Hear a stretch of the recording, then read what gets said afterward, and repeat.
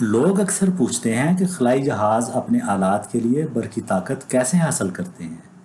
زمین سے نکلنے کے بعد اکثر خلائی جہاز کو چلنے کے لیے کسی قوت کی ضرورت نہیں ہوتی، اگر ہو بھی تو بہت کم، رفتہ یا سپیڈ بدلنے کے لیے ضرورت پیش آتی ہے۔ مگر تمام خلائی جہازوں کو اپنے الیکٹرک آلات کے لیے بجلی کی ضرورت ہوتی ہے۔ زیادہ تر مشن جہاں سولر انرجی ممکن ہے وہ سولر پینل سے چلتے ہیں، لیکن کبھی کبھی ایسے مشن بھی ہوتے ہیں جو سورج سے بہت دور جاتے ہیں، جیسا کہ وائجر مشن۔ اسی طرح کچھ مشن کو دن رات چلنے کی ضرورت ہوتی ہے، جیسا کہ مریخ پر ناسا کا کیوریوسٹی مشن۔ کہیں ہر وقت اندھیرا چھایا ہوتا ہے، جیسا کہ چاند کے گڑھوں میں کئی مقامات پر گرد و غبار ہوتی ہے۔ اس طرح کے مقامات پر شمسی توانائی کام نہیں کر سکتی۔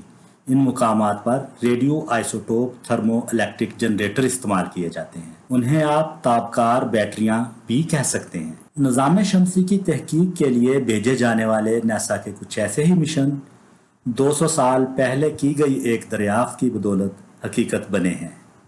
1821 میں ایک جرمن سائنسدان نے فزکس کی ایک غیر متوقع خاصیت دریافت کی۔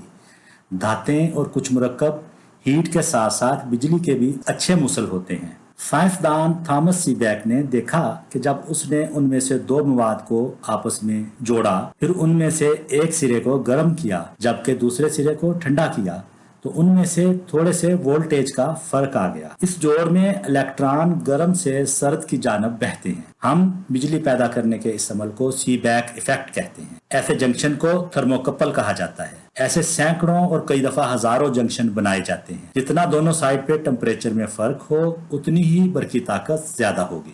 ایٹم بموں میں تابکار مواد استعمال ہوتا ہے، جیسا کہ آپ نے سنا ہی ہوگا، یورانیم یا پلوٹینیم، لیکن اس مواد کو نیک مقاصد میں بھی استعمال کیا جا سکتا ہے۔ تابکار عناصر زوال پذیر ہوتے ہیں اور طویل عرصے تک توانائی پیدا کرتے ہیں۔ پلوٹینیم ڈائی آکسائڈ ایک تابکار مادہ ہے اور طویل عرصے تک حرارت دے سکتا ہے۔ ایک ریڈیو آئسوٹوپ یا تابکار تھرمو الیکٹرک جنریٹر، جسے RTG بھی کہا جاتا ہے، ان میں تھرموکپل ایک لمبی سیریز میں ایک ساتھ جڑے ہوتے ہیں تاکہ وہ بجلی کا ایک مستحکم کرنٹ پیدا کر سکے، جو روبوٹک خلائی جہاز کو اتنی طاقت فراہم کر سکتا ہے جو انہیں چلانے کے لیے درکار ہوتی ہے۔ سی بیک نے اپنے وقت میں اپنے تجربات کے اندر تانبے اور بسمت کا استعمال کیا تھا، اور آج ہم لیڈ ٹیلورائڈ اور سلیکان جرمینیم استعمال کرتے ہیں۔ ان مرکبات کو سیمی کنڈکٹرز بھی کہا جاتا ہے۔ ناسا کے زیر استعمال RTG امریکہ کے محکمہ توانائی نے بنایا ہے۔ اس میں پلوٹینیم ڈائی آکسائڈ استعمال ہوتا ہے، جو کہ ایک تابکار مادہ ہے جس کی فنا سے بننے والی حرارت گرم سائڈ کو دی جاتی ہے۔ اس ہیٹ سے تھرموکپل کا گرم پہلو 1000 ڈگری فارن ہائٹ یا 500 ڈگری سینٹی گریڈ سے بھی زیادہ ہو سکتا ہے، اور RTG کا سرد پہلو خلا میں یا کسی سیارے یا چاند کی فضا میں ہوتا ہے، جہاں درجہ حرارت 0 سے بھی کم ہو سکتا ہے۔ چونکہ اس جنریٹر یا بیٹری میں حرکت کرنے والے حصے نہیں ہیں، اس لیے تھرمو نیوکلیئر الیکٹرک کا نظام انتہائی قابل اعتماد ہے۔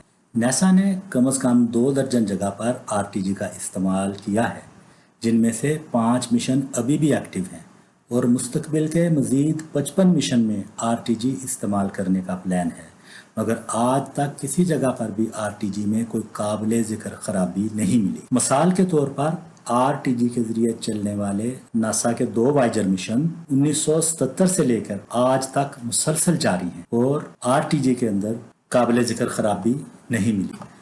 ناسا RPS پروگرام اور اس کے شراکت داروں کے ذریعے RTG آج کے RTG سے دگنا بہتر ہو جائے گا۔ حرارت سے بجلی میں توانائی کی تبدیلی کا پوشیدہ عمل، جسے 2 صدیاں قبل سی بیک نے دریافت کیا تھا، ناسا نے اس میں ہیٹ کے لیے تابکار مادہ استعمال کر کے بہت سے حیرت انگیز مشنوں اور دریافتوں کو حقیقت کا روپ دیا ہے، جو روبوٹک خلائی جہاز کو قابل اعتماد طاقت فراہم کرتا ہے، جس کی انہیں سخت ترین، تاریک ترین اور دھول سے بھرے مقامات میں کام کے دوران ضرورت ہوتی ہے۔